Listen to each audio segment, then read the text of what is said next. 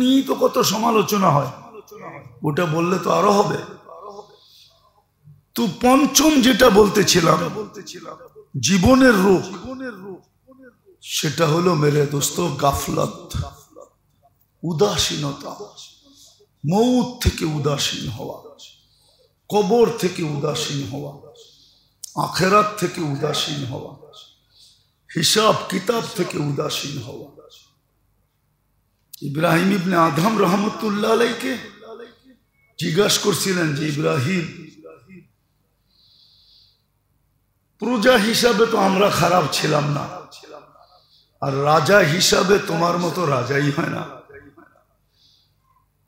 তো তুমি রাজপ্রাসাদ কেন ছেড়ে দিলা, রাজত্ব কেন ছেড়ে দিলা? বলে চার চিন্তায় আমাকে রাজত্ব ছাড়তে বাধ্য করছে। চারটা চিন্তায় আমি রাজত্ব ছেড়ে দিছি, নাইলে তোমাদের সব কথা সত্য। কেননা ন্যায়পরায়ণ ছিল, ইনসাফগার ছিল, কোন জালেম ছিল না। ইব্রাহিম ইবনে আদম রহমতুল্লাহ আলাইহি যত রাজা আছে, ন্যায়পরায়ণ রাজা, ইনসাফগার রাজাদের ভিতরে একজন, ওনার নাম আল্লাহওয়ালাদের প্রথম সারির ওই জায়গায় ওনার নাম, ইনসাফগার ছিল। তো বলছে চার চিন্তা আমাকে রাজ্য ছাড়তে বাধ্য করছে। বলছে কি চিন্তা? তো বলছে প্রথম যেদিন মার পেটের ভিতরে রূহ আসছে, ওই দিন হাদিসের আলোকে দুটা সিদ্ধান্ত, দুটা জিনিস লেখা হয়। ফেরেশতা সবকিছু লেখার পরে বলে আশাকিয়ুম আম সাঈদ, আল্লাহ নেককাল লিখবো না বদকাল লিখবো? তিনি বলেন আমার ভিতরে চিন্তা ঢুকছে যে আমি তো জানি না আমাকে কি লেখা হয়েছে, নেককার না বদকার। কেননা এখন কানলে চেঞ্জ হইতেও পারে, চেঞ্জ হইতে পারে। যদি এখন কাঁদি, কাঁদতে থাকলাম তো বদকাল লেখ কাইটা নেককাল লিখে দিল। আর এটা আরেকটা হাদিসে ইঙ্গিত পাওয়া যায়। আল্লাহ রসুল সাল্লাল্লাহু আলাইহি ওয়াসাল্লাম হাসান হুসাইনকে দোয়া শিখাইছেন যে এই দোয়াটা বেশি বেশি পড়ো। সেটা হলো আল্লাহুম্মা ইন কাতাবতানি মিন আহলি সাআদাতি ফাসবুতনা ফিহা ওয়া ইন কুনতা কাতাবতানি মিন আহলি শাকাওয়াতি ফামহুনা মিনহা ফা ইন্নাকা তামহু মা তাশা ওয়া তুসবিত ওয়া ইনদাকা উম্মুল কিতাব। বলছে বৎস, এই দোয়াটা মাঝে মাঝে পড়ো। দুনো ভাইকে শিখাইছে। তো এখন চেঞ্জ হওয়ার সুযোগ আছে, আমি জানি না কি লেখা হয়েছে। বলছে দ্বিতীয়টা বলো ইব্রাহিম। বলছে যেদিন রূহ নিতে আসবে ওদিন দুই সম্বোধনের যে কোনো একটা হবে, আইয়াতুহান নাফসুত তাইয়্যিব বলবে অথবা আইয়াতুহান নাফসুল খাবিস বলবে। ফালা আদরি মাযা ইউখাতিব, জানি না আমাকে কি বলে সম্বোধন করবে। বলছে তৃতীয়টা বলো। বলছে কবরে যাওয়ার পরে প্রশ্ন উত্তর হবে, কেউ জবাব দিতে পারবে, কেউ দিতে পারবে না। আমি জানি না জবাব দিতে পারবো কি পারবো না। বলছে চতুর্থটা বলো। বলছে কিয়ামতের মাঠে দুটেই দল হবে, দুটেই হবে। ফারিকুন ফিল জান্নাতি ও ফারিকুন ফিস সাঈদ, একদল জান্নাতে যাবে, একদল দোজখে যাবে। ফালা আদরি মিন আইয়িল ফরিকাইন, আমি জানি না কোন দলের অন্তর্ভুক্ত। বলছে চার চিন্তা আমাকে পাগল বানায় ফেলছে। তো গাফলত যখন দূর হয়, আজকে আমরা সব গাফেল। এই জন্য জিজ্ঞাসা করে দেখেন, সারাদিনে 100 বার আল্লাহ বলনেওয়ালা লোক খুব কম পাবেন। সারাদিনে 100 বার কি বলে? আল্লাহ আল্লাহ আল্লাহ আল্লাহ বলে। আজকে শুক্রবার, কম পাবেন। যে আজকের দিনে কম পাবেন কি হাতের করে গণা পাইতে পারেন সারা বাংলাদেশ যে 1000 বার দুরূদ পড়বে। 1000 বার দুরূদ পড়বে না। অথচ শুক্রবারটা ছিলই দুরূদের বার। আল্লাহর রসুল বলছিলেন শুক্রবারে আমার উপরে বেশি বেশি দুরূদ পড়ো। পার ঘন্টায় যদি 100 বার পড়তো তাহলে 24 ঘন্টায় 2400 বার পড়ার কথা ছিল। এমনকি আলেম ওলামা তোলাবারও পড়ে না, 500-1000 বার দুরূদ পড়ে না। এই জন্যই বলছিলেন আল জাফা কুল্লাল জাফা। এর চেয়ে বড় বিদ্বেষ কিছু নাই। আল্লাহর রসুল বলতেছে এর চেয়ে বড় বিদ্বেষ কিছু নাই, এর চেয়ে বড় অনীহা কিছু নাই। আপনি বলেন একবার দুরূদ পড়লে 10টা রহমত নাযিল হয়। কয়টা? হ্যাঁ, আপনি সারাদিনে তো একবারও পড়েন না, আপনার কাছে তো রহমতই নেই। আপনার জীবনটা চলবে তো চলবে কিভাবে? তারপরও যে চলতেছে এটাকে তো সৌভাগ্য মনে করা উচিত। আপনার কাছে তো রহমত নাই, কেননা রহমত তো দুরুদের ভিত্তিতে আসে। একবার পড়লে কয়বার? 10 বার পড়লে 100 বার পড়লে। আপনি তো পড়েন না, আপনার কাছে তো রহমত নাই। হ্যাঁ, দুনিয়া আছে মানি। আপনি যে সালাম পাইতেছেন এটা দুনিয়ার কারণে। কালকে ফকির হইয়া দেখেন কেউ সালাম দিবে না, সবাই প্রবাদ বাক্য শোনাবে, গরিব গোরে দ্বীপ জেলো না, ফুল দিও না কেউ ভুলে। গরিব গোরে, গোর বোঝেন? গোরস্থান চিনেন? গরিবের কবরে কেউ ফুল দিও না, গরিবের কবরে কেউ বাতি দিও না, ফুল দিও না কেউ ভুলে, ভুলেও ফুল দিও না। গরিবের কবর। আপনি যে আজকে সালাম দেখতেছেন এটা আপনার কাছে মাল আছে এই জন্য সালাম দেয়, নাইলে কেউ সালাম দিত না। সত্য এটা। আজকে আমরা উদাসীন, এটাও রোগ। রোগ নাইলে পাগল হয়ে যেত। কেন? মৌত তো কাউকে মেসেজ দিয়ে আসবে না, চিঠি দিয়ে আসবে না, মিস কল দিয়ে আসবে না, সতর্ক করে আসবে না। মৌত তো হঠাৎ আইসা দাঁড়াবে, আইসেই বলবে চর সেন্দি তোর বিয়া, আসবে আর উঠায় নিয়ে চলে যাবে। তো উদাসীনতা এটাও জীবনের রোগ। আরো কয়েকটা রয়ে গেল, আবার এগুলার প্রতিকারও আছে। এই রোগের থেকে বাঁচা যায় কিভাবে? কিন্তু সমষ্টিগত বাঁচার একটা পদ্ধতি ছিল, কিন্তু এটা কয়জন অবলম্বন করে? কয়জন অবলম্বন করে? কয়জনের অভ্যাস এটা? এক তীরে সবগুলা মারা যেত, এক তীরে সবগুলাকে মারা যেত, সবগুলাকে প্রতিরোধ করা যেত, চিকিৎসা করা যেত।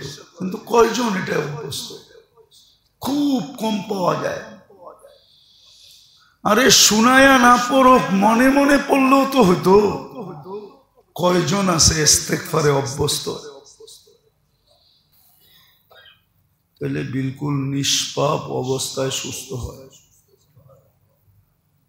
আর যদি ওই রোগী মারা যায় তাইলেও নিষ্পাপ অবস্থায় মারা যায়। শারীরিক রোগের তো এই ছোট একটা চিত্র তোলা হইল হাদিস দ্বারা, কিন্তু জিন্দেগির রোগের চিত্র, জীবনে যদি রোগ হইল তাহলে এটার কোনো উপকারিতা দুনিয়ার বাহ্যিক জীবনে নাই, আর আখেরাতে তো নাই। বরং হইতে পারে জিন্দেগির রোগের চিকিৎসা যদি না হইল, তওবা যদি না হইল। এই জন্য কোরআন ইঙ্গিত দিছেন, মুসলমানকে বুঝাইতে চেষ্টা করছেন, ইয়াতবাউ সাইয়্যাতুল হাসানা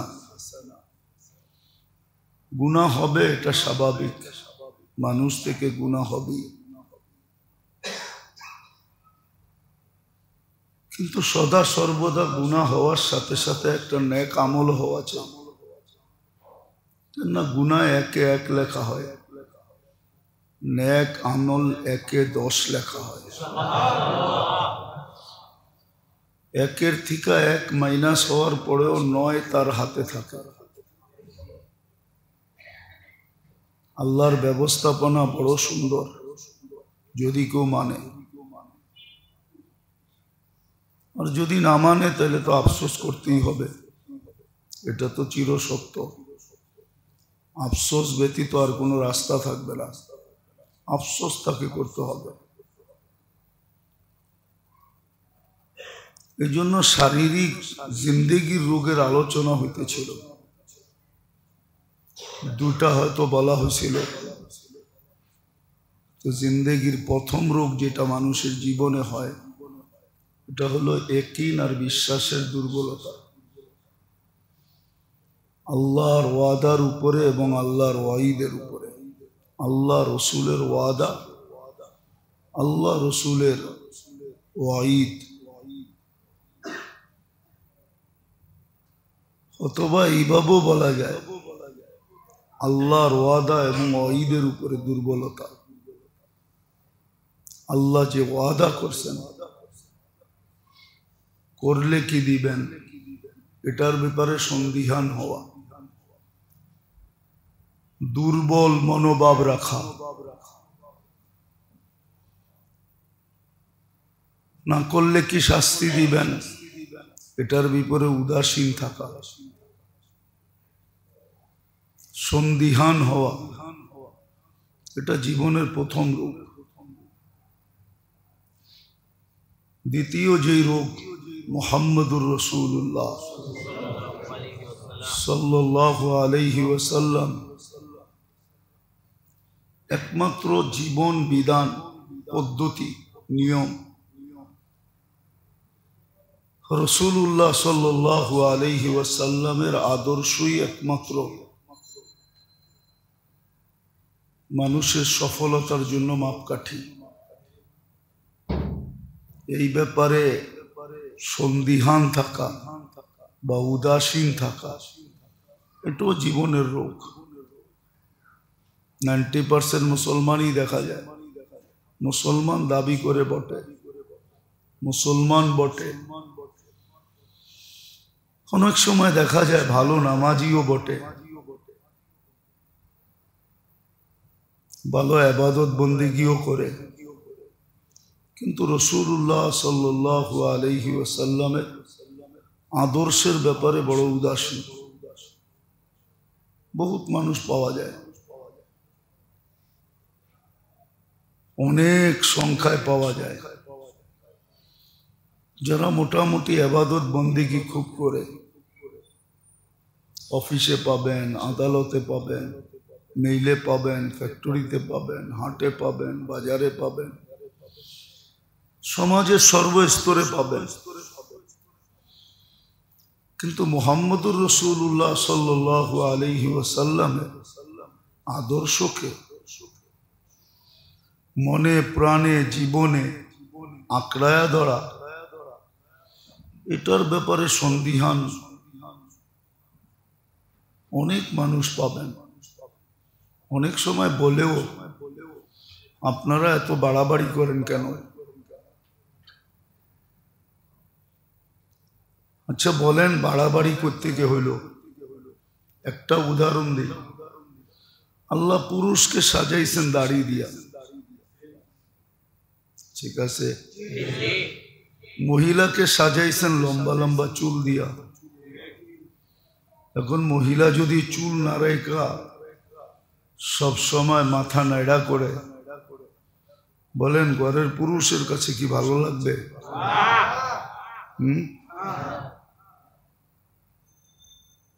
যেই লোকটা ডেইলি শেভ করে, এটা ভালো লাগে কি করে? আপনি যুক্তি দিয়ে বোঝেন, তর্ক বিতর্ক না, যুক্তি। আল্লাহ পুরুষকে সাজাইছেন দাড়ি দিয়া, মহিলার ভিতরে এই হরমোন নাই যে তার দাড়ি উঠবে। দাড়ি যদি উঠে তো সারা দুনিয়া বলে এটা তার জন্য অস্বাভাবিক, স্বাভাবিক না। ডাক্তাররাও বলে আপনার হরমোনের সমস্যা আছে। তাহলে যদি দুনিয়া বিদ্যায়ও এটাকে অস্বাভাবিক বলে মহিলার দাড়ি উঠাটা, আর পুরুষের দাড়ি উঠাটা স্বাভাবিক বলে, তাহলে যেই আল্লাহ শরীরটা অস্তিত্ব দিছে ওই আল্লাহ কেন পুরুষের ভিতরে এই হরমুলটা রাখলেন যেই হরমুলে দাড়ি গজাবে? শরীরটা তো আপনার দেওয়া না, এটা তো আল্লাহরই দেওয়া, ঠিক না? এটার অস্তিত্ব দাতা তো আল্লাহ। তাহলে বোঝা গেল আমি আল্লাহর চেয়ে 1 বিঘা বেশি বুঝলাম যে দাড়িটা দেওয়ার দরকার ছিল না। যদি না দিতেন তাহলে তো আপনাকে মানুষ মাকুন্দা বলতো। এই শব্দটাও তো সমাজে খারাপ। মানুষ তো বলে মাকুন্দা যায়, জানি না এই শব্দটা বোঝেন কি বোঝেন না। তাহলে এই শব্দটাও তো ব্যঙ্গজনক হইতো, ঠিক না? তাহলে এই শব্দটা যদি সহ্য না করতে পারেন তাহলে দাড়িটা কেন সহ্য করতে পারেন না? দাড়িটা তো আল্লাহ বুঝেই দিছে, না বুঝে তো দেন। আপনি আর আমি তো ভাবতেছি এটাই মানুষ আমাদেরকে বলে অতিরঞ্জিত করেন কেন? আরে আল্লাহ তো তোমাকে বুঝেই দাড়ি দিছে, তোমার জন্য উপযুক্ত, এই জন্যই দিছে। উপযুক্ত না হইলে তো দিত না। মহিলার উপযুক্ত না এই জন্য দেয় নাই। মহিলার উপযুক্ত লাউড স্পিকার বাইরে খোলা আছে, নাহলে সায়েন্টিফিক বুঝাইয়া দিতাম আপনাদের। এটা মনে করেন না যে হুজুররা সায়েন্টিফিক জানে না। মহিলার মুখে যদি দাড়ি থাকতো আর আপনার মুখে যদি না থাকতো, আর আপনার মুখে যদি লাগতো তাহলে আপনার কাছে খসখসে লাগতো। এটা সায়েন্টিফিক দিক। তখন আপনার এক জায়গায় যে আঘাত হতো আর আপনার উত্তেজনাটা আস্তে আস্তে কমে যেত। আর আপনার দাড়ি যখন মহিলার গালে লাগে তো তার ভিতরে ওই পদার্থ রাখা আছে, তার গালে খসখসে লাগে, তার উত্তেজনা বাড়তে থাকে। বোঝেন কিছু? মনে হয় ইশারা বোঝেন না। এই জন্য তার উত্তেজনা বাড়তে থাকে। সত্য এটা। এটা হলো সায়েন্টিফিক দিক। সায়েন্টিফিক দিক। আরেকটা আছে যেটা বলবো না, লাউড স্পিকার বাইরে খোলা, তার উত্তেজনা বাড়তে থাকে এবং তার অতি অল্পতে তার চাহিদা মেটা যায়। তখন আপনি পুরুষ হিসাবে প্রমাণিত থাকবেন। আর দাড়ি সাজবেন, 2 গালে লাগলে কোনো উত্তেজনা হবে না, বরং তারটা জায়গায় থেকে যাবে। আপনি অল্প সময়ের ভিতরে ডাউন হয়ে যাবেন। কয়েকদিন পরে সে আপনাকে দেখলে বিরক্তি বোধ করবে, তখনই পরকীয়ার দিকে দৌড়াইতে থাকে। পরকীয়া এই জন্যই হয় কেননা তার চাহিদা মেটে না। এই জন্য এটা হলো মানব সায়েন্টিফিক দিক, তারটা মেটে না। আপনি যতই হাট্টাঘাট্টা হন, যতই সুদর্শন হন, উর্দুতে একটা প্রবাদ বাক্য আছে, ওটা বলা যাবে না, নাহলে বলে দিতাম লাউড স্পিকার খোলা না থাকলে। এই জন্যই পরকীয়া হয়, এই জন্যই নারী অন্যের দিকে চোখ উঠায়, অন্যের কাছে দৌড়ায়। এই জন্যই। আর দাড়ি যতজনরে দিছে আলহামদুলিল্লাহ, সুম্মা আলহামদুলিল্লাহ। রাগ হয়েন না, রাগ হয়ে যাবেন। হ্যাঁ, এটা আল্লাহর এহসান। দিনদারে কুটির ভিতরে একজন পাবেন না যে যার বউ পরকিয়া করে।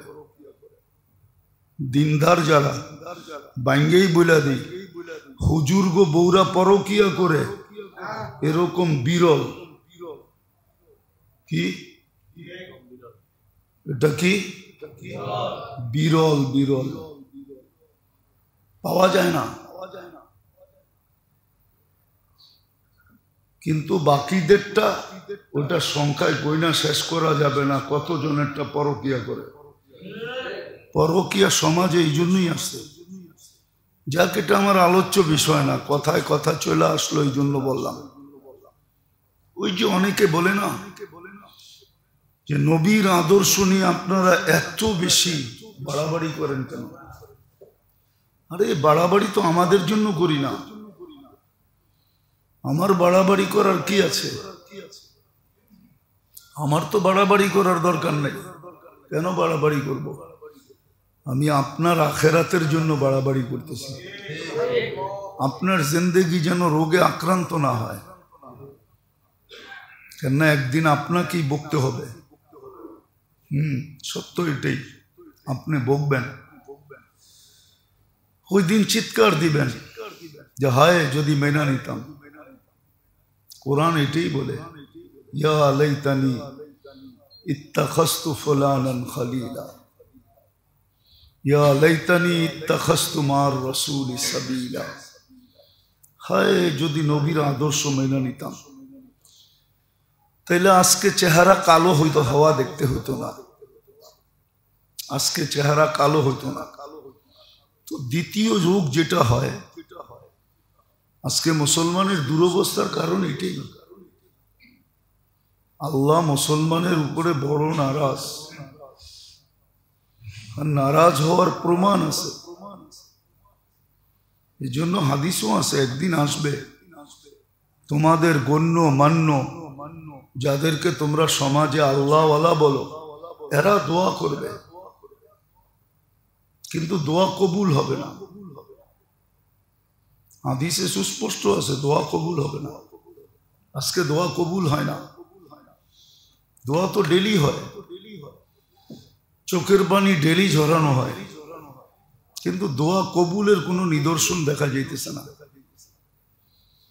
দিন দিন যেন আমাদের দুরবস্থার দিকে আমরা নিমজ্জিত হইতেছি। মুসলমানের দুরবস্থা বাড়তেছে,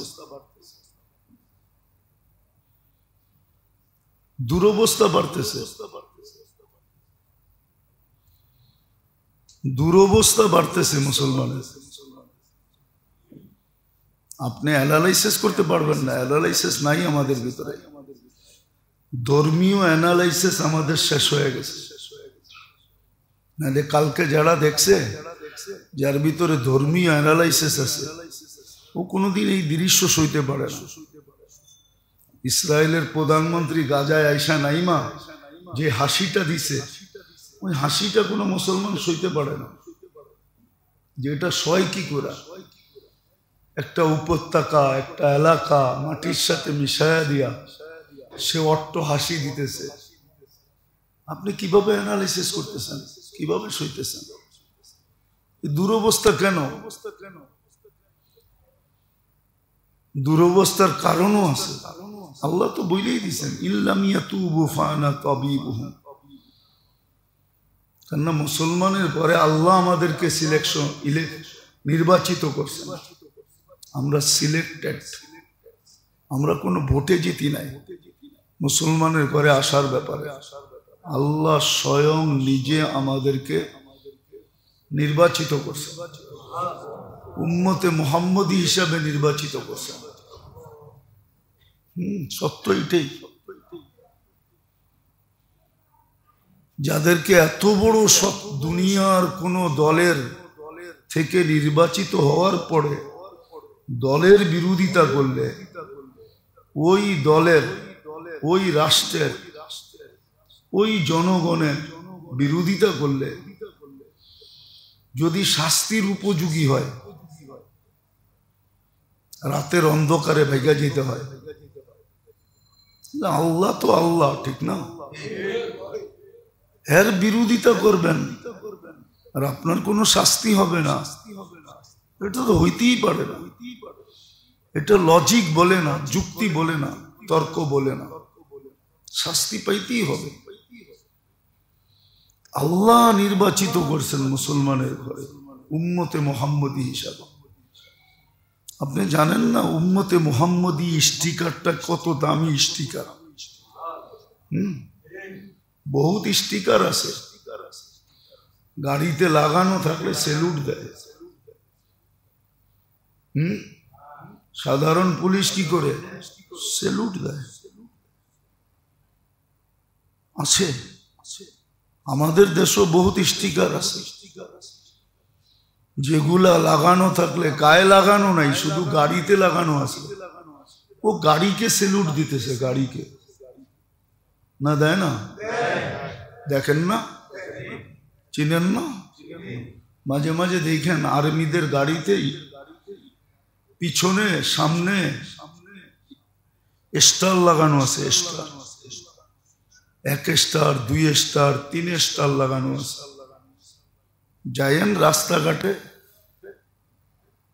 খালি ডানা কাটা দেখেন না, এগুলো দেখেন। খালি তো রাস্তা দিয়ে যাওয়ার সময় খালি ডানা কাটা দেখি, ঠিক না? রাগ হয়ে গেলেন? সবাই খালি তাকায় তাকায় ডানা কাটা দেখে, এগুলো দেখেন। গাড়িতে স্টার লাগানো আছে, ওই গাড়ি যখন দেখে সেলুট দিতে হয়, গাড়িকে সেলুট দেয়। অথচ গাড়ির ভিতরে যে বসে সে নাই। তো উম্মতে মুহাম্মদীর স্টিকার, এটা আপনি চিনেন না কোন স্টিকার? এটা দেখলে ফেরেশতা পর্যন্ত সেলুট দেয়। মানুষ দেয় না, কিন্তু ফেরেশতা দেয়। এটা দেখলে রাস্তা সেলুট দেয়, জমিন সেলুট দেয়, প্রত্যেক সৃষ্টি সেলুট দেয়। যার গায়ে স্টিকারটা লাগানো আছে, লাগায় রাখছে ঠিক মতো। সত্য এটাই, মানবে না কেউ, অনেকে মানবে না, কিন্তু সত্য এটাই। যে নিজেকে উম্মতে মুহাম্মদী হিসাবে ফুটায় তুলতে পারছে, ওকে এরকম কোন সৃষ্টি নাই দেখা সেলুট না দেয়। আর আল্লাহর হুকুম সেলুট দাও, কেননা কুনতুম খায়রা উম্মাহ, এটা আল্লাহ বলছে, যে সর্বশ্রেষ্ঠ উম্মত হিসাবে ঘোষিত। আপনি তো জানেন না আপনার স্টিকার কত দামি। তো যেটা বুঝাইতেছিলাম ভালো মতে বোঝেন, কাজে দিবে, উড়াইয়া দিয়েন না, অতিরঞ্জিত করতেছি বললেন না, বরং এটাই আপনার জন্য আল্লাহর পক্ষ থেকে দলীয় যেরকম সংবিধান থাকে, আল্লাহর পক্ষ থেকে এটাই সংবিধান। দলীয় রুলস নিয়ম যেরকম থাকে, গঠনতন্ত্র, ঠিক এটাও আল্লাহর পক্ষ থেকে নির্ধারিত গঠনতন্ত্র। না মানলে আপনি রোগী হবেন, আর মানলে আপনি সুস্থ হবেন। এই জন্য জিন্দেগিতেও রোগ হয়, জিন্দেগির রোগ আছে, জিন্দেগির রোগ হয় অসংখ্যতা। এটাই বলতেছিলাম যে শরীরের রোগে উপকার হয়, শরীরের রোগে অনেক সময় উপকার হয়। সত্য এটাই। ডাক্তাররাও বলবে মাঝে মাঝে কিছু রোগ ব্যাধি হওয়া উচিত, নাইলে শরীরের ভিতরে যে দূষিত জিনিসগুলো আছে ওগুলা চিহ্নিত হবে না, ওগুলাকে কিউর করা যাবে না। আমাদের শরীরের ভিতরেও, নাইলে আল্লাহর কি প্রয়োজন ছিল ডেলি 80 বার আপনার ভিতর থেকে কার্বন ডাই অক্সাইডকে বাহির করা? কি দরকার ছিল? এটা তো এরকম প্রযুক্তি, যে প্রযুক্তি মানুষের হাতে এখনো আসে নাই, কোনোদিন আসবে না। কার্বন ডাই অক্সাইডকে শরীর থেকে বাহির করার প্রযুক্তি এখনো আসে নাই, মেডিসিনও আসে নাই যে কার্বন ডাই অক্সাইড বাহির করার দরকার নেই, এই ট্যাবলেট খেলেই হবে। জিজ্ঞাসা করেন ডাক্তারি দুনিয়াকে, আল্লাহ কুদরত দিয়া বাহির করে। তো যেটা বুঝাইতেছিলাম, শরীরে যেরকম ব্যাধি হয়, রোগ হয়, জিন্দেগিতে আর চেয়ে বেশি রোগ হয়। প্রথম রোগ যেটা, সেটা হলো আল্লাহর ওয়াদা এবং ওয়াইদের ব্যাপারে ইয়াকিনের দুর্বলতা, বিশ্বাসের দুর্বলতা। দ্বিতীয় হলো রাসূলুল্লাহ সাল্লাল্লাহু আলাইহি ওয়াসাল্লামের আদর্শের ব্যাপারে উদাসীনতা এবং অনীহা, এমনকি ঘৃণা পর্যন্ত।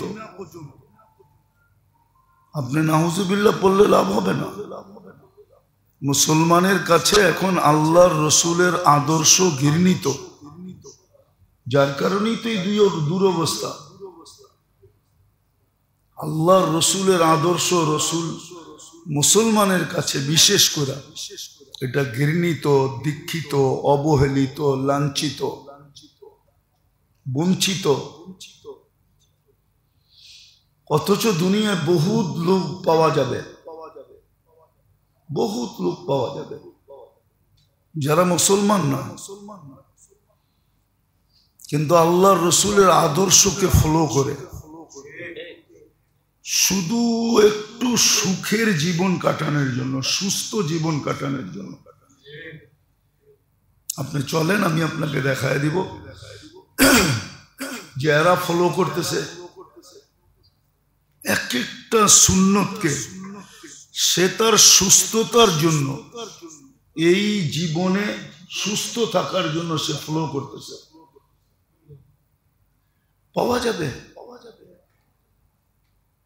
পাওয়া যাবে, পাওয়া যাবে। প্রথম দিনের থেকেই তো ডায়েট কন্ট্রোল দিছিলেন, আমরা মানলাম কখন? এখন তো দুনিয়া ডায়েট কন্ট্রোলের দিকে দৌড়াইতেছে। মনে হয় একবার বলছিলাম যে সাহাবাদের জমানায় ইরানের বহুত বড় ডাক্তার, বহুত বড় হাকিম, ভাবছে মুসলিম দুনিয়ার ক্যাপিটাল হলো মদিনা মুনাওয়ারা, আর ক্যাপিটালে থাকার জন্য সবাই আকাঙ্ক্ষা করে, নাইলে ঢাকা শহরে 3 কোটি মানুষ হলো কি করে?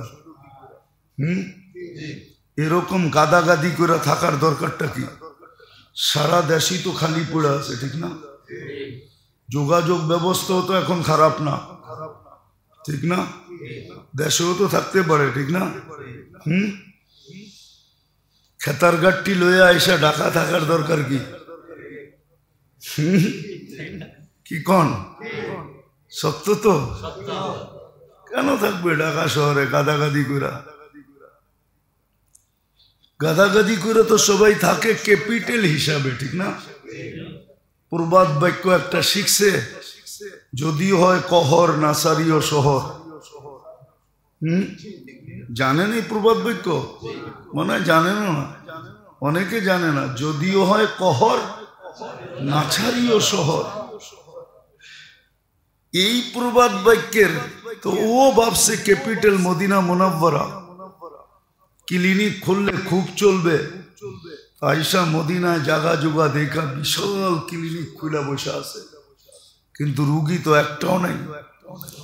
যা ইরানে ছিল তার তুলনায় -100 ভাগও নাই, কোনো রুগী নাই। জিজ্ঞেস করছে রুগী নাই কেন? বলছে জানি তো না। বলছে বলো তোমাদের খাওয়ার পদ্ধতি কি? তো বলছে আমাদের নবীজি আমাদেরকে বলে গেছেন, লা তাকুল হাত্তা তাজু, খিদা না লাগলে খায়ও না, খিদা না লাগলে খায়ও না। আমরা তো খাওন পাইলেই খাই, খিদা মিদা দেখি না, ঠিক না? খাওন পাইলেই খালি গপ গপ গপ গপ গপ গপ চলতে থাকে, ঠিক না? তো বলছে খিদা না লাগলে খাও না। বলছে তারপরে কি বলছে? ইদা আকাল তাফালা তাসবা, যখন খাবে তো পেট বইড়া খাবে না, পেট বইড়া খাবে না। আমরা তো গলা পর্যন্ত খাই, ঠিক না? তারপরে কি কয়, বোরহানিটা নিয়ে আসেন, একটু খায়া বসি, দেখি একটু কমে কিনা, জাগা হয় কিনা, আবার খামো। কি বিয়ে বাড়ি গেলে তো এটাই করে, ঠিক না? কারো দাওয়াতে গেলে তো এটাই করে, ঠিক না? পেট ভরা খেও না, বরং বলে তারপর কি বলছে, পেটকে 3 ভাগে ভাগ করো। আগে 1 ভাগ পানি দিয়া ভরা ফেলো, 1 ভাগ খাওয়া দিয়া ভরো, 1 ভাগ খালি রাখো। তো শোনার পরে নিজের ক্লিনিক গুটাইতেছে আর বলতেছে, মা তারা কালি, আমার জন্য কিচ্ছু রেখা যায় না। ফিতিব্বি, আমার ডাক্তারি করার জন্য, আমার জন্য ডাক্তারির ব্যাপারে আমার জন্য কিচ্ছু রেখা যায় না যে আমি এখানে ক্লিনিক খুলে বসবো। কিন্তু মুসলমান এটা মানে নাকি? তো যেটা বুঝাইতেছিলাম, নবীর আদর্শ এখন মুসলমানের কাছে ঘৃণিত। দুরবস্থা হবে না কেন? আগে তো মানুষ ফল কাটতে যায়ও জিজ্ঞাসা করতো যে আল্লাহর রসুলের কাটার তরিকা কি। হ্যাঁ, ইলিয়াস রহমতুল্লাহ আলাইহির সামনে ফল নিয়ে আসছে, তো জিজ্ঞাসা করছে কাটার তরিকা কি? আমাদের জানা নাই। তাহলে সরাও, খাবো না। যখন কাটার তরিকা জানো না তো খাবো না। ফল কাটার দোয়া জানেন? এটাও তো জানি না। কিতাবে আছে, ওই দোয়া পড়া কাটলে যদি ফল বেশি তিতা হয় তাহলে তিতা কমে যাবে। মিষ্টি যদি না থাকে তো হালকা মিষ্টি হলেও তার ভিতরে চলে আসবে। দোয়াই তো জানি না। ফাযাবাহুহা ওয়া মা কাদু ইয়াফআলুন, কুরআনের আয়াত। এই আয়াত পুরা ফল কাটতে হয়। তরিকা তো জানি না। এটাও কিন্তু রোগ, জিন্দেগির রোগ। আল্লাহর রসুলের আদর্শকে না মানা, টিনাই করা, ক্রিটিসাইজ করা, এটাও রোগ, জিন্দেগির রোগ। বরং সবচেয়ে বড় রোগ এটা হলো মাপকাঠি। প্রত্যেক জিনিসের মাপকাঠি আছে, একটা মাপ দিয়া তারপরে তৈরি করে। আমাদের জীবন আল্লাহর কাছে শাহওয়াত বলে, এটাকে মন চাহি চলা, এটা তৃতীয় রূপ। এই জন্যই তো স্লোগান বাহির হয়েছে, আমার জীবন আমি কাটাবো, যেমন খুশি তেমন কাটাবো। এইখান থেকে এই স্লোগান সৃষ্টি হয়েছে, পয়দা হয়েছে। এই স্লোগান আসছে এইখান থেকে, মন চাহি থেকে। আমার জীবন আমি কাটাবো, যেমন খুশি তেমন কাটাবো। ওকে যদি প্রশ্ন করা হয় জীবন যদি তোর হয় তাহলে এটা গতি রোধ করে দেখা। জীবন যদি ওর হয় তাহলে ওকে যদি প্রশ্ন করি যুক্তিসঙ্গত যে তোমার জীবনটার গতিটাকে রোধ করে দেখাও, এটাকে পাওয়ার ব্যাংকে ভরা দেখাও, এটা তো কেউ দেখাইতে পারবে না। জীবন তো এক গতিতে চলতেছে। তাহলে বোঝা গেল উক্তি এটা ঠিক না। আর এটা সৃষ্টি হয়েছে ওইখান থেকে, ওই যে সবাই মন চাহি চলে, মন মতো চলে, পছন্দ মতো চলে, ইচ্ছা মতো চলে। এইখান থেকে এই স্লোগান বাহির হয়ে আসছে, আমার জীবন আমি কাটাবো, যেমন খুশি তেমন কাটাবো। তখন যখন জীবন আসছে, তো জীবন আবার আরেকটা প্রবাদ বাক্য কেটাই না নিয়ে আসছে। এখন দেহটাকেও নিজের মনে করতেছে, কি দেহটাও এখন আরেকটা স্লোগান বাহির করছে, আমার দেহ আমি দিব, যাকে খুশি তাকে দিব। কিন্তু দেহটা যদি ওর হয় তাহলে ও বুড়ি হয় কেন? ও বুড়া হয় কেন? ওর চুল দাড়ি পাকে কেন? ওর চুল পাকলো কেন? কেন পাকলো?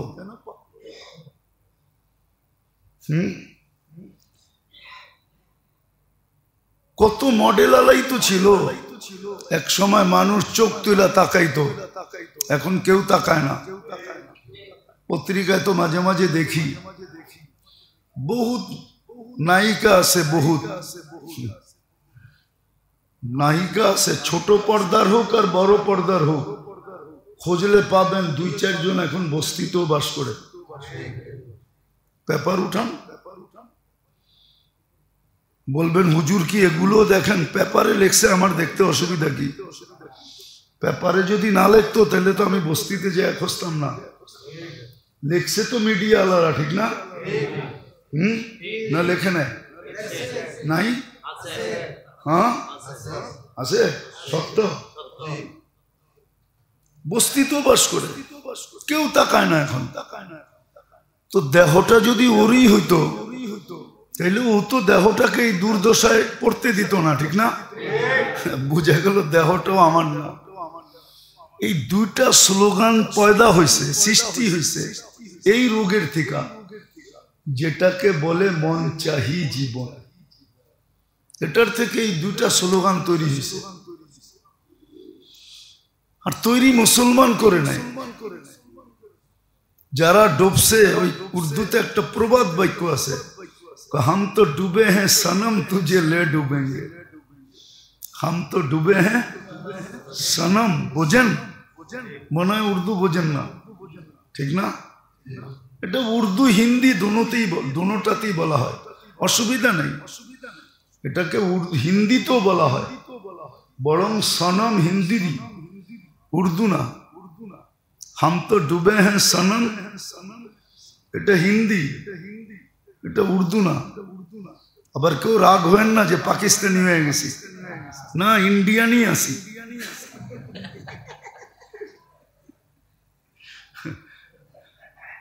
তো উর্দু হিন্দি তো বলে হাম তো ডুবে হ্যাঁ সনম তুঝে লে ডুবেঙ্গে, আমরা তো ডুবছি তো করে ডুবে ছাড়বো। আর মুসলমান তো হলো অতি উৎসাহী, অতি ভাবে চিন্তা করে না। প্রবাদ বাক্য ভুলা গেছে, ভাবিয়া করিও কাজ, করিয়া ভাবিও না। ভাবিয়া করিলে কাজ সুখ তার হয় না, ভাবিয়া করিলে কাজ মরণের ভয়। সত্য এটাই। তো এটা আমাদেরকে ডুবাইছে, আমরা অতি উৎসাহী। আমাদের ছেলে পেলে দেখেন না, যুবকরা অতি উৎসাহী। একটা বাহির নেটে আসতে দেরি, সর্বপ্রথম মুসলমানরা চুমা দিতে দেরি করে না। এক সময় দেখতাম ছোটবেলা, পুরুষে প্যান্ট পরতো, নিচে দিয়া অনেক ডোলা, দেখছেন না? হ্যাঁ, হাঁটলে মনে হয়তো উপরে না দেখলে নিচে দেখলে মনে হয়তো ছায়া পড়ে আসতেছে। হ্যাঁ, হাসার বিষয় না, তোমরা দেখো না, আমরা দেখছি ছোটবেলা, দেখছেন না? হ্যাঁ, এটা কে জানি ছেড়া দিছিল, ওরা একবার পয়রা ছেড়া দিছে, কিন্তু মুসলমান এটা অনেক দিন চালাইছে। এটাই একটা ফ্যাশন, এটাই একটা, কোন দিন জানি আল্লাহ জানে ল্যাংটা চলা ফ্যাশন হয়ে যায়। কসম খোদা, দিলের ব্যথার থেকে বলতেছি। রাস্তাঘাটে চলি তো অনেক কিছু চোখে পড়ে, মনে চায় যে হায় দুনিয়াটা উল্টায় গেলে ভালো হতো। আর কত। তো যেটা বলতেছিলাম, মন চাহির থেকে তৃতীয় রোগ যেটা জীবনে হয়, ওটা মন চাহি জীবন থেকে। মন চাহি জীবন, ওটার থেকেই এই রোগগুলা, দুটা রোগ তৈরি, দুটা স্লোগান তৈরি হয়েছে। আমার জীবন আমি কাটাবো, যেমন খুশি তেমন কাটাবো। কিন্তু সত্য এটা, কালকে আল্লাহ প্রমাণ করে ছাড়বে জীবনটা আমার ছিল না গড গিফটেড ছিল, আল্লাহর দেওয়া ছিল। এটা আল্লাহ প্রমাণ করবে। দেহটা আমার ছিল দেহটা আমার ছিল না, আল্লাহর দেওয়া ছিল, এটা আল্লাহ কালকে প্রমাণ করবে। যদিও আমাদেরকে অনেক শব্দ বলা হয়, ওনারা সংকীর্ণ মনোবাবা, ওনারা সংকীর্ণ ব্রড মাইন্ড, ওনারা সংকীর্ণ মনের অধিকারী। এই জন্য হুজুররা এই সমস্ত কথা বলে।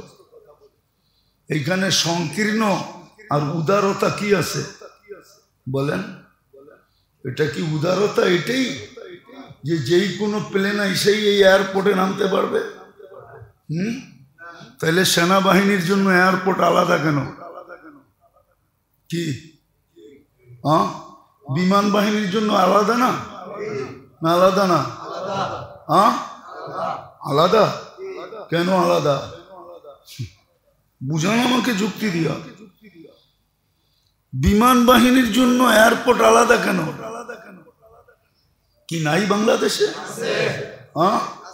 ওইখানে তো সব প্লেন নামতে পারে না, নামা নিষেধ। তো ওইখানেও বলো, ওইখানে সিরিয়াল থাকলে এইখানে নেমে যাবো, বলবে না তুমি আকাশে ঘোরো, সিগন্যাল দিলে নাইমো, ঠিক না?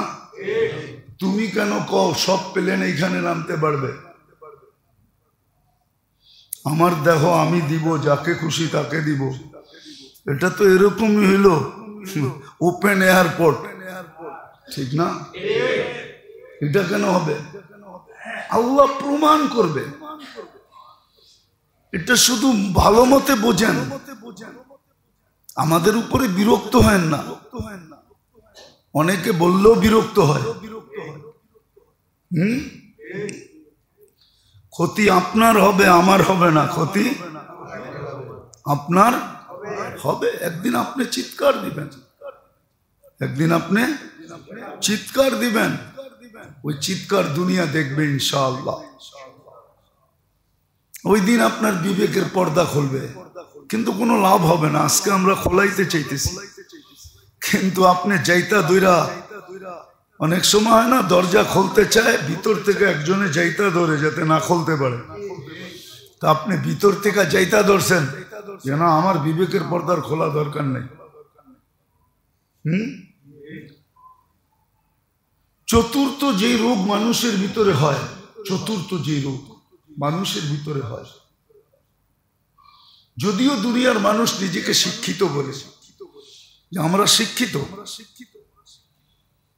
হ্যাঁ আমি বলবো শিক্ষিত, কিন্তু ওই শিক্ষাটা ইলমুল মাস। আরেকটা শিক্ষা আছে যেটাকে ইলমুল মাদ বলে, আখিরাতের শিক্ষায়। শিক্ষিত না হওয়া এটাও রোগ। আখিরাতের শিক্ষায় শিক্ষিত হয় না। দুনিয়ার শিক্ষায় বড় এডুকেটেড, শিখতে শিখতে চুল পড়ে গেছে, শিখতে শিখতে সারাদিন শিখে মনীষী হয়ে গেছে, কিন্তু আখিরাতের শিক্ষা শিখে নাই। এটাও রোগ। অথচ আর উচিত ছিল আখিরাতের শিক্ষা শেখা, যেটাকে ইলমুল মাদ বলে, আখিরাতের শিক্ষা শেখা।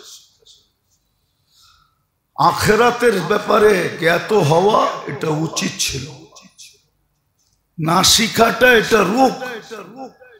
আজকে অনেক চেহারা দেখলে মনে হয়, আমি বলি রাগ হয় না কিন্তু, ঠিক না? আমি কিন্তু সোনা হাতে নিয়ে খাই বলতে পারি, কেন আমার এটা ব্যবসা, এখনো আছে, আগেও ছিল, যদিও বসা হয় না।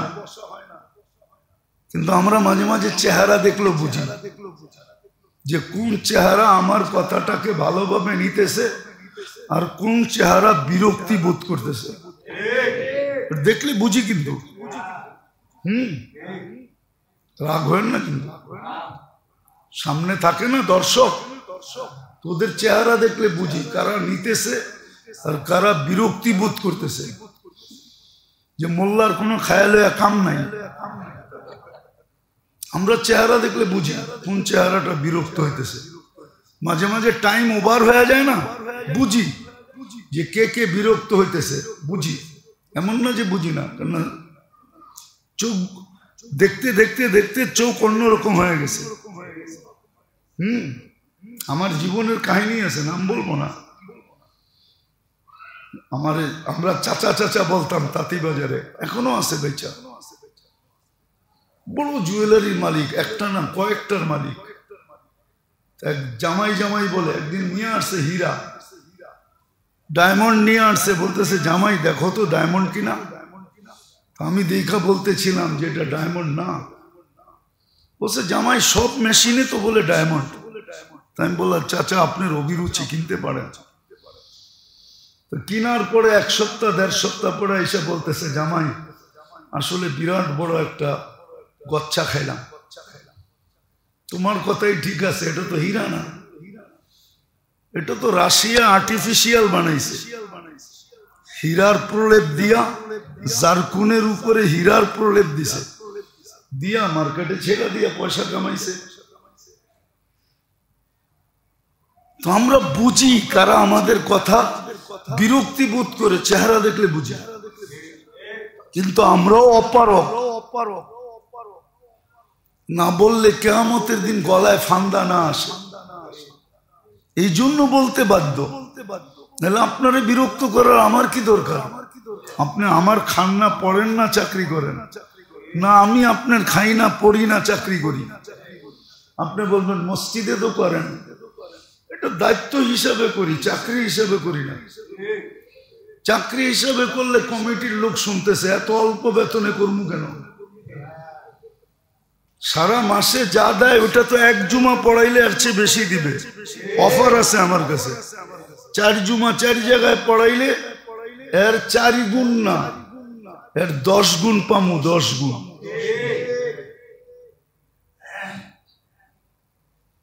বিদায় দায়িত্ব হিসাবে পড়াইতেছি, নাহলে আপনাকে বিরক্ত করার আমার কোনো দরকার নেই। কেন বিরক্ত করব? কিন্তু দায়িত্ব কাঁধে এই জন্য করতেছি, দেখি কারো দিলে লাগে কিনা। ওই হাদিস সত্য যদি হয়, হইতেও পারে লা ইয়াহদিয়াল্লাহু বিকা রাজুলান ওয়াহিদা।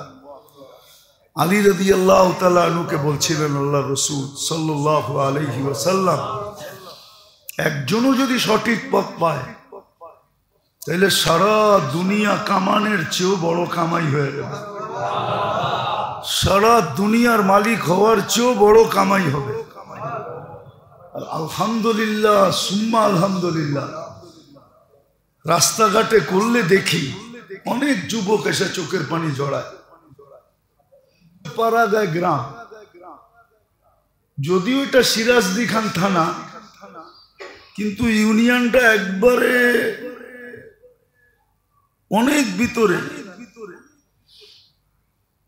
নিমতলির থেকে ডান দিকে যেতে হয়, নিমতলি হাউজিং পার হয়ে অনেক ভিতরে। তো যাওয়ার পরে এক হোটেলওয়ালা দেখলাম, ও বলে হুজুর আমার এইখানতে হোটেলে, এই গ্রামের হোটেলে সারা বাংলাদেশ থেকে লোক আসে রাত্রে খাইতে। আরে কেন? এই গ্রামে হাঁসের গ্রিল বাংলাদেশে কেউ করে না, শুধু আমি করি। হাঁসের গ্রিল খাইতে আসে। কি খাইতে?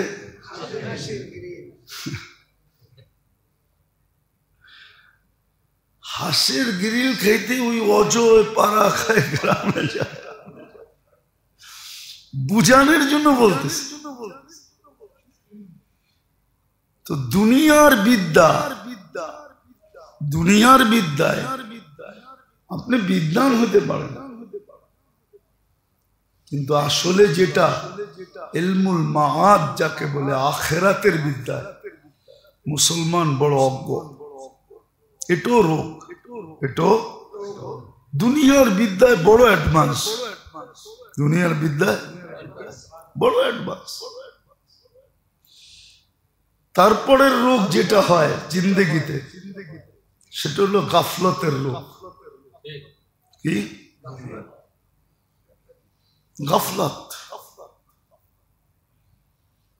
অথচ গাফলত যদি না থাকতো, তাইলে একটা ইঙ্গিত ছিল, মুসলমান সুস্থ হইতো কিন্তু ফ্যাটি হইতো না, মোটা হইতো না। গাফলত কিন্তু মানুষকে মোটা বানায় দেয়। কি বানায় দেয়? মোটা বানায় দেয়, মোটা। বলবেন এটা আপনি কই পেলেন? আল্লাহর রাসূল এক হাদিসে ইঙ্গিত দিছে, লাউ ইয়ালামুল বাহাইমু মা তা'লামুনা মিনাল মাউত। মৌত সম্বন্ধে তোমাদের যতটুক ধারণা আছে, এতটুক ধারণা যদি কোনো প্রাণীর থাকতো, মা আকালতা মিনহুম সামিনা, তো কারো গায়ে তোমরা গোশত পাইতে না। বুঝা গেল মৌতের স্মরণ সদা সর্বদা এটা মানুষকে ফেটি হইতে, মোটা হইতে বাধা দেয়। সে মোটা হবে না। হ্যাঁ, একজন হরমুলগত মোটা হওয়া ওটা ভিন্ন জিনিস। কিছু আছে হরমুলগত, ওটা ডাক্তাররাও স্বীকার করবে। হরমুলগত কিছু জিনিস আছে যারা মোটা হবে, ওর হরমুলই এরকম, ও মোটা হবে, ও আর চিকন হইতে পারবে না, চিকন হইতে পারবে না।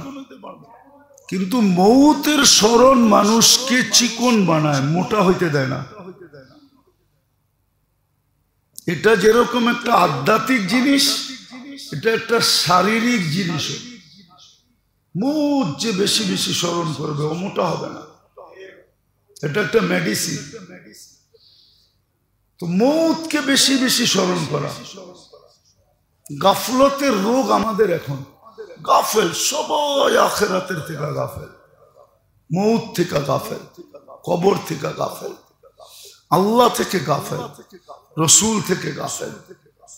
এটা জিন্দিগির রূপ। সবাই দেখবেন গাফেল। যদি গাফেল না হইতো তাহলে আজান দিলে ছুটে আসে না কেন? ও গাফেল দিকেই ছুটে আসে না। অথচ মসজিদের পাশে বৈশা টাস খেলতেছে, মসজিদের পাশে বৈশা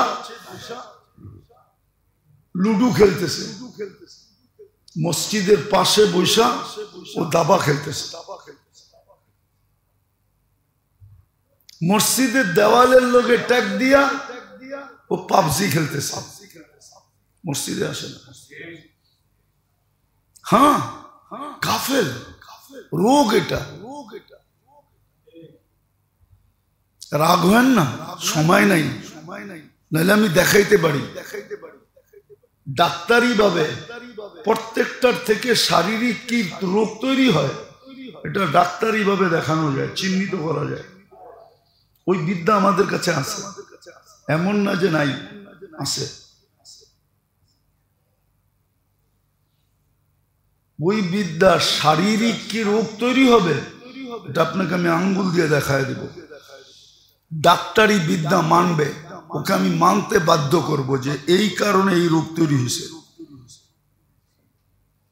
আমাদের কাছে আছে, কিন্তু আমরা সমাজের ভয়ে পারি না। যেটুক বলি এটুকুই তো সহ্য করতে পারে না, এটুক নিয়েই তো কত সমালোচনা হয়। ওটা বললে তো আরো হবে। তো পঞ্চম যেটা বলতেছিলাম জীবনের রোগ, সেটা হলো মেরে দোস্ত গাফলত, উদাসীনতা। মৌত থেকে উদাসীন হওয়া, কবর থেকে উদাসীন হওয়া, আখিরাত থেকে উদাসীন হওয়া, হিসাব কিতাব থেকে উদাসীন হওয়া। ইব্রাহিম ইবনে আদম রহমতুল্লাহ আলাইকে জিজ্ঞাসা করছিলেন যে ইব্রাহিম, প্রজা হিসাবে তো আমরা খারাপ ছিলাম না, আর রাজা হিসাবে তোমার মতো রাজাই হয় না, তো তুমি রাজপ্রাসাদ কেন ছেড়ে দিলা, রাজত্ব কেন ছেড়ে দিলা? বলে চার চিন্তায় আমাকে রাজত্ব ছাড়তে বাধ্য করছে। চারটা চিন্তায় আমি রাজত্ব ছেড়ে দিছি, নাইলে তোমাদের সব কথা সত্য। কেননা ন্যায়পরায়ণ ছিল, ইনসাফগার ছিল, কোন জালেম ছিল না। ইব্রাহিম ইবনে আদম রহমতুল্লাহ আলাইহি যত রাজা আছে, ন্যায়পরায়ণ রাজা, ইনসাফগার রাজাদের ভিতরে একজন, ওনার নাম আল্লাহওয়ালাদের প্রথম সারির ওই জায়গায় ওনার নাম ইনসাফগার ছিল। তো বলছে চার চিন্তা আমাকে রাজ্য ছাড়তে বাধ্য করছে। বলছে কি চিন্তা? তো বলছে প্রথম যেদিন মার পেটের ভিতরে আসছে, ওই দিন হাদিসের আলোকে দুটা সিদ্ধান্ত, দুটা জিনিস লেখা হয়। ফেরেশতা সবকিছু লেখার পরে বলে আশাকিয়ুম আম সাঈদ, আল্লাহ নেককাল লিখবো না বদকাল লিখবো?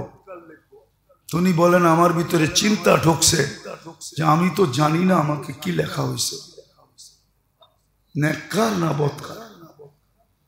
কেননা এখন কানলে চেঞ্জ হইতেও পারে, চেঞ্জ হইতে পারে। যদি এখন কাঁদি, কাঁদতে থাকলাম তো বদকাল লেখ কাইটা নেককার লিখে দিল। আর এটা আরেকটা হাদিসে ইঙ্গিত পাওয়া যায়। আল্লাহ রসুল সাল্লাল্লাহু আলাইহি ওয়াসাল্লাম হাসান হুসাইনকে দোয়া শিখাইছেন যে এই দোয়াটা বেশি বেশি পড়ো। সেটা হলো আল্লাহুম্মা ইন কাতাবতানি মিন আহলি সাআদাতি ফাসবুতনা ফিহা ওয়া ইন কুনতা কাতাবতানি মিন আহলি শাকাওয়াতি ফামহুনা মিনহা ফাইন্নাকা তামহু মা তাশা ওয়া তুসবিত ওয়া ইনদাকা উম্মুল কিতাব। বলছে বৎস, এই দোয়াটা মাঝে মাঝে পড়ো। দুনো ভাইকে শিখাইছে। তো এখন চেঞ্জ হওয়ার সুযোগ আছে। আমি জানি না কি লেখা হয়েছে। বলছে দ্বিতীয়টা বলো ইব্রাহিম। বলছে যেদিন নিতে আসবে ওদিন দুই সম্বোধনের যে কোনো একটা হবে। আইয়াতুহান নাফসুত তাইয়্যিব বলবে অথবা আইয়াতুহান নাফসুল খাবিস বলবে। ফালা আদরি মাযা ইউখাতিব, জানি না আমাকে কি বলে সম্বোধন করবে। বলছে তৃতীয়টা বলো। বলছে কবরে যাওয়ার পরে প্রশ্ন উত্তর হবে, কেউ জবাব দিতে পারবে, কেউ দিতে পারবে না। আমি জানি না জবাব দিতে পারবো কি পারবো না। বলছে চতুর্থটা বলো। বলছে কিয়ামতের মাঠে দুটেই দল হবে, দুটেই হবে। ফারিকুন ফিল জান্নাতি ও ফারিকুন ফিস সাঈদ, একদল জান্নাতে যাবে, একদল দোজখে যাবে। ফালা আদরি মিন আইয়িল ফারিকাইন, আমি জানি না কোন দলের অন্তর্ভুক্ত। বলছে চার চিন্তা আমাকে পাগল বানায় ফেলছে। তো গাফলত যখন দূর হয়, আজকে আমরা সব গাফেল। এই জন্য জিজ্ঞাসা করে দেখেন, সারাদিনে 100 বার আল্লাহ বলনেওয়ালা লোক খুব কম পাবে। সারাদিনে 100 বার কি বলে? আল্লাহ আল্লাহ আল্লাহ আল্লাহ বলে। আজকে শুক্রবার কম পাবেন। যে আজকের দিনে কম পাবেন কি হাতের করে গণা পাইতে পারেন সারা বাংলাদেশ যে 1000 বার দুরূদ পড়বে। 1000 বার দুরূদ পড়বে না। অথচ শুক্রবারটা ছিলই দুরূদের বার। আল্লাহ রসুল বলছিলেন শুক্রবারে আমার উপরে বেশি বেশি দুরূদ পড়ে। পার ঘন্টায় যদি 100 বার পড়তো তাহলে 24 ঘন্টায় 2400 বার পড়ার কথা ছিল। এমনকি আলেম ওলামা তোলাবারও পড়ে না, 500-1000 বার দুরূদ পড়ে না। এই জন্যই বলছিলেন আল জাফা কুল্লাল জাফা। এর চেয়ে বড় বিদ্বেষ কিছু নাই। আল্লাহ রসুল বলতেছে এর চেয়ে বড় বিদ্বেষ কিছু নাই, এর চেয়ে বড় অনীহা কিছু নাই। আপনি বলেন একবার দুরূদ পড়লে 10টা রহমত নাজেল হয়। কয়টা? হ্যাঁ, আপনি সারাদিনে তো একবারও পড়েন না, আপনার কাছে তো রহমতই নেই। আপনার জীবনটা চলবে তো চলবে কিভাবে? তারপরও যে চলতেছে এটাকে তো সৌভাগ্য মনে করা উচিত। আপনার কাছে তো রহমত নাই, কেননা রহমত তো দুরূদের ভিত্তিতে আসে। একবার পড়লে কয়বার? 10 বার পড়লে 100 বার পড়লে আপনি তো পড়েন না, আপনার কাছে তো রহমত নাই। হ্যাঁ, দুনিয়া আছে মানি, আপনি যে সালাম পাইতেছেন এটা দুনিয়ার কারণে। কালকে ফকির হইয়া দেখেন কেউ সালাম দিবে না, সবাই প্রবাদ বাক্য শোনাবে, গরিব গোরে দ্বীপ জেলো না, ফুল দিও না কেউ ভুলে। গরিব গোরে, গোর বোঝেন, গোরস্থান চিনেন? গরিবের কবরে কেউ ফুল দিও না,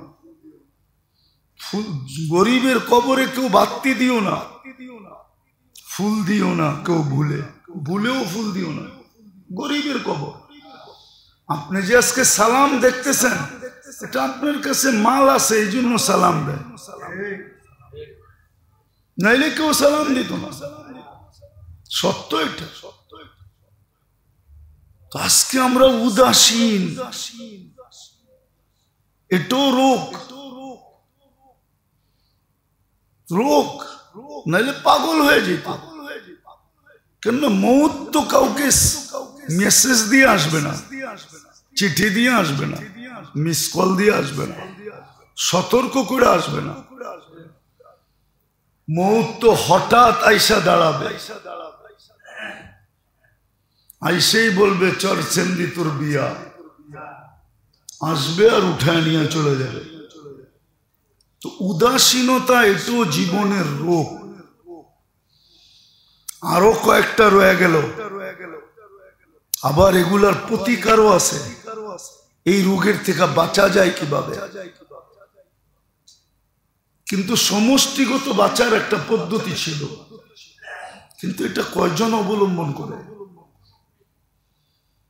কয়জন অবলম্বন করে? কয়জনের অভ্যাস এটা? এক তীরে সবগুলা মারা যেত, এক তীরে সবগুলাকে মারা যেত, সবগুলাকে প্রতিরোধ করা যেত, চিকিৎসা করা যেত। কিন্তু কয়জন এটা অভ্যস্ত? খুব কম পাওয়া যায়। আরে শুনায়া না পড়ুক, মনে মনে পড়লেও তো হইতো।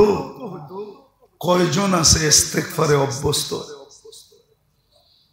যে ইস্তেগফারে অভ্যস্ত, সারাদিন ইস্তেগফার করে, নাইলে সকালে করে, নাইলে বিকালে করে, নাইলে দুপুরে করে, নাইলে সন্ধ্যায় করে।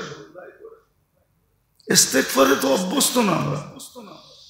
ইস্তেগফারে অভ্যস্ত হইলে চলতো, ইস্তেগফার করতেছে সব শেষ। মান লাজিমাল ইস্তেগফার, যে ইস্তেগফার কে অভ্যস্ত হয়। ইয়া কওম ইস্তাগফিরু রাব্বাকুম ইন্নাহু কানা গফফারা ওয়াস্তাগফিরহু ইন্নাহু কানা তাওয়াবা। শত জায়গায় তো লেখা ছিল সমস্ত রোগের অ্যান্টিবায়োটিক হইল ইস্তেগফার, সব রোগ। কিন্তু ডাক্তাররা বলতে পারবে না যে অ্যান্টিবায়োটিক খাইলেই ভালো হবে। সে এটা বলবে খান, ভালো হইল হইতে পারেন, কিন্তু না হইলেও কোনো অভিযোগ আইসা বলতে পারবেন না 1000 টাকা ভিজিট নিলেন, টাকাটা ফেরত দেন। হাসপাতাল থেকে ধাক্কায়া বের করবে না, মারতে মারতে বের করে দিবে। বলবে বইলেই তো দিছিলাম, ভালো হইলেও হইতে পারেন। কিন্তু আল্লাহ তো গ্যারান্টি দিতেছে, ইস্তেগফার পড়ো, ভালো হবেই হবে। কিন্তু ইস্তেগফারে তো আমরা অভ্যস্ত না। এই জন্য আসেন, যতদিন পর্যন্ত প্রতিকার না শিখেন ততদিন পর্যন্ত এই অ্যান্টিবায়োটিক ব্যবহার করেন, ইস্তেগফারে অভ্যস্ত হন।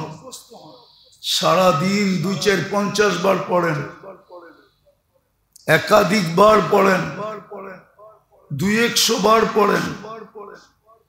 সত্য তো কবির কথাই, আজমা কে তো দেখ পুরা না উতরো তো ফির कहना, আজমা কে তো দেখ ফির পুরা না উতরো তো ফির कहना। আল্লাহ তো বলে পরীক্ষা তো করে দেখ, যদি সত্য না হয় তারপরে বলিস। কিন্তু আমরা তো পরীক্ষাই করি না। আপনি ডেলি 1000 বার ইস্তেগফার পড়ে দেখেন না, অভ্যস্ত হন না, কয়েক মাস পরে, একদিন পড়লেই হবে না, ওষুধেরও ডোজ আছে, পুরা করতে হয়। কয়েক মাস 1000 বার পড়ে দেখেন আপনার ভিতরে কি রং আসে। ওই রং আপনিও দেখবেন, দুনিয়াও দেখবে। শুধু আপনি একা দেখবেন না, আপনি কয়েক মাস পড়েন 1000 বার ডেলি, কয়েক মাসে দেখবেন মানুষের ভিতরের আপনার চেহারায় রং মানুষ দেখবে, আপনিও আপনার ভিতরে রং দেখবেন, রং। আর ইস্তেগফার লম্বা পড়ার কোনো দরকার নেই, আস্তাগফিরুল্লাহ আস্তাগফিরুল্লাহ এতটুকুই পড়েন। যদি পুরা পড়েন তাহলে তো কোনো কথাই নেই। বিদায় যতটুকু বললাম, আল্লাহ আমাদের সবাইকে বুঝার, শিখার, মানার, আমল করার তৌফিক দান করেন।